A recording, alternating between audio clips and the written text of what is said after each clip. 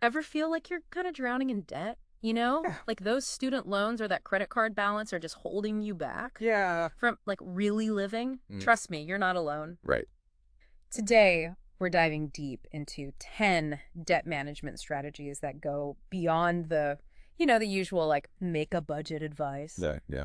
We've got some research-backed insights to help you not just manage debt, Right. but actually understand the psychology behind it Yeah. and come out on top. It's true. So many people struggle with debt. Yeah. But the good news is there are proven strategies to tackle it head on.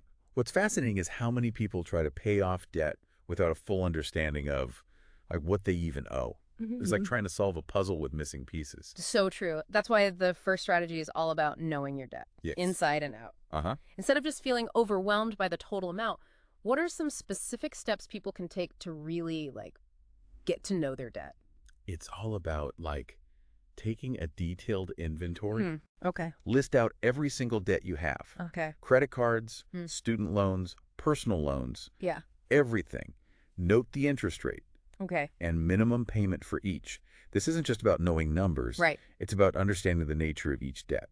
So, for example, Okay. a high-interest credit card debt needs a different approach than, say, a low-interest student loan. Okay. So we have our debt inventory. It's Yeah. like laying out all the ingredients before we start cooking, right? Exactly. But now we need a recipe, a plan of attack. Uh-huh. I'm guessing that's where budgeting comes in. Absolutely.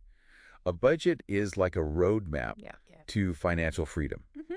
It helps you track your income and expenses Right. so you can see where your money is going and identify areas where maybe you can cut back.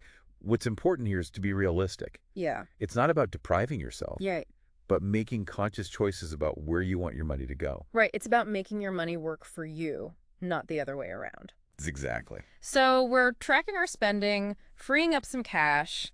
Now, how do we actually start tackling those debts? I've heard of the snowball method. Is that a good place to start? The snowball method is popular for a reason. It works. Okay. And it plays on the psychology of achievement. You focus on paying off your smallest debt first, Okay. while making minimum payments on the others. Right. Each time you knock out a debt, you get a motivational boost that propels you forward. Yeah, I can see how that would be encouraging, especially when facing like a mountain of debt. Right. Because like those early wins in a video game that keep you hooked, right? Exactly. But what if I'm more focused on saving money on interest? Is there a more strategic approach? If you're all about maximizing savings, then the avalanche method might be more your style. Okay. This strategy prioritizes debts with the highest interest rates. Okay. By tackling those first, you'll save a significant amount on interest charges over the long run. So snowball for motivation, Mhm. avalanche for long-term savings. It's interesting how these methods appeal to different personality types, you know? Right. Now, what about those situations where someone's got like multiple debts with varying interest rates and payments? It can feel like a juggling act. Is that where debt consolidation comes in? Debt consolidation can be a great tool to simplify your finances. Okay. It essentially combines multiple debts into a single loan, often with a lower interest rate. Okay. So instead of juggling multiple payments, you have one streamlined monthly payment. That sounds like a huge relief, but I've also heard some like cautionary tales about consolidation loans. What are some potential pitfalls people should watch out for? You're right to be cautious. Yeah. Some consolidation loans come with hidden fees or unfavorable terms. Always read the fine print and make sure you understand the terms and conditions before signing anything. So it sounds like debt consolidation can be helpful, Mm-hmm. but it's not like a magic solution. It's more like a powerful tool that needs to be used carefully. What about negotiating with lenders directly? Is that ever an option? Absolutely. Yeah. A lot of people overlook the power of just picking up the phone Right. and talking to their creditors. Yeah. If you have a good payment history, Mm-hmm. you might be able to negotiate a lower interest rate, Okay. especially on credit cards. Yeah. It's worth a shot. That's a great reminder that we have more power than we think. Right. It's like those hidden features in a phone that Yeah. most people don't even know exist. Exactly. We've talked about consolidation and negotiation, Yeah. but what about those everyday expenses that can just kind of sneak up on us? Those money leaks, as some personal finance gurus call them. Right. How can people plug those leaks and free up more cash for debt repayment? It all starts with awareness. Okay. Track your spending for like a month Mm-hmm. and see where your money's actually going. Yeah. You might be surprised at how much you spend on things like um, subscription services you barely use, Oh, or like eating out or impulse purchases. it's amazing how those small expenses can just like add up, right? It is. It's like that saying, take care of the pennies and the pounds will take care of themselves. Exactly. No. Small changes can have a big impact over time. Right. Once you've identified those money leaks, Yeah. you can start plugging them. Okay. Maybe you cancel that unused gym membership, Mm-hmm. or you cook at home more often, Right. or you find like free alternatives Yeah. to your paid entertainment subscriptions. So it's about being like mindful and intentional with our spending. Exactly. And if we can free up even a little extra cash, Yeah. we can direct it towards our debt repayment goals. Right. But what if someone is already doing all that? Yeah. They've got a budget, Mm. they're cutting expenses, Yeah. and they're still struggling to make ends meet. Is there anything else they can do? In those situations, it might be time to explore ways to increase your income, Okay. like a side hustle, freelancing. Even selling unused items can provide a much-needed boost to your debt payoff efforts. Yeah. It's like adding an extra engine to your debt-crushing machine. It's interesting how we often focus on like cutting back, Right. but sometimes the solution is to just bring in more money. Exactly. I like that analogy of an extra engine. Yeah. It's about generating more power to fuel our financial goals. Right. But here's something I've always wondered. Yeah. While we're working hard to pay off debt, Mm-hmm. how do we avoid like falling back into the trap of accumulating new debt?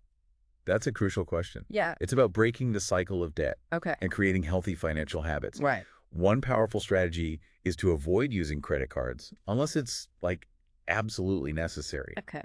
If you're prone to impulse purchases, consider cutting up your cards or even freezing them, like temporarily. It sounds like a tough love approach, Mm-hmm. but sometimes that's what it takes to just like break bad habits. Right. It's Yeah. like hitting the reset button on our financial lives. Yeah.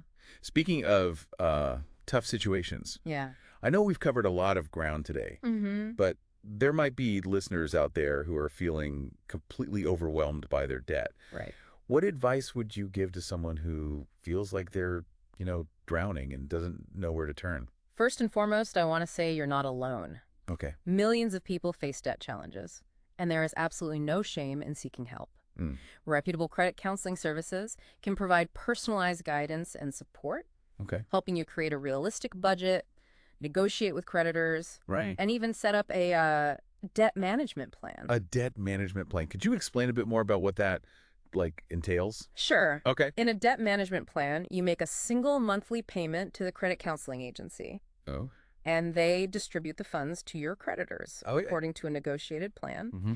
This can help simplify your finances and potentially reduce your interest rates and monthly payments. So it's like having a financial ally in your corner. Exactly. Someone to help you navigate those complex waters.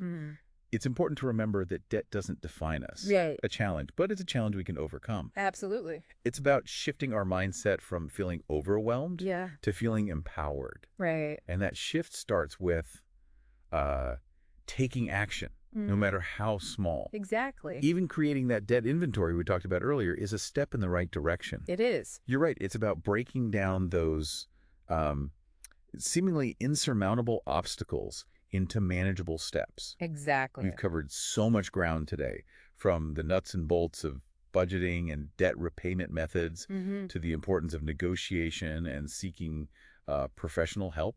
It's been a deep dive into both the practical and psychological aspects of debt management. Yeah. And what's exciting is that all of these strategies are within our reach. Mm-hmm.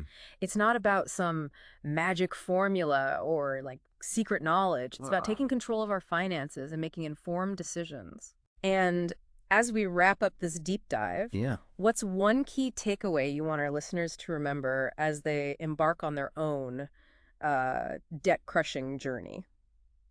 I think the most important takeaway is that debt's not a life sentence. Right. It's a challenge that can be overcome with knowledge, strategy, and a healthy dose of self-compassion. I completely agree. Yeah. It's about recognizing that we have the power to like change our financial situation. I guess We don't sure. have to be victims of our circumstances. Right. You've given our listeners so much to think about today, from practical tips to mindset shifts. Hmm. I'm curious, what's one small step our listeners can take right now to start, moving in the right direction? That's a great question. Yeah. I think the first step is to simply acknowledge where you are. Okay. Take a deep breath and say to yourself, okay, this is where I am financially. Hmm. No, what's one small thing I can do today to start making a change? I love that. Yeah. It's about meeting ourselves where we are Hmm. without judgment. And that one small thing could be creating a debt inventory, setting up a budget tracker, or even just researching different debt repayment methods. Yeah, It's about taking that first step, exactly. no matter how small. No matter how small. And remember, progress isn't always linear. Right. There will be setbacks and challenges along the way. Mm. But the key is to keep learning, keep growing, Yeah. and keep moving forward. And keep moving forward. You've given our listeners so much to think about today. It's been a pleasure. Before we wrap up, is there anything else you'd like to add? Any final words of wisdom to leave our listeners with? Just this. You are capable of achieving your financial goals. Mm-hmm. Believe in yourself. Be patient with the process. Yeah. And never underestimate the power of small, consistent actions. What a great way to end our deep dive into debt management. Thank you. Thank you for sharing your expertise and insights with us today. It was my pleasure. I hope our listeners feel empowered to take control of their finances and create a brighter financial future. I hope so too. To our listeners, we encourage you to keep exploring, keep learning, and keep striving for financial well-being.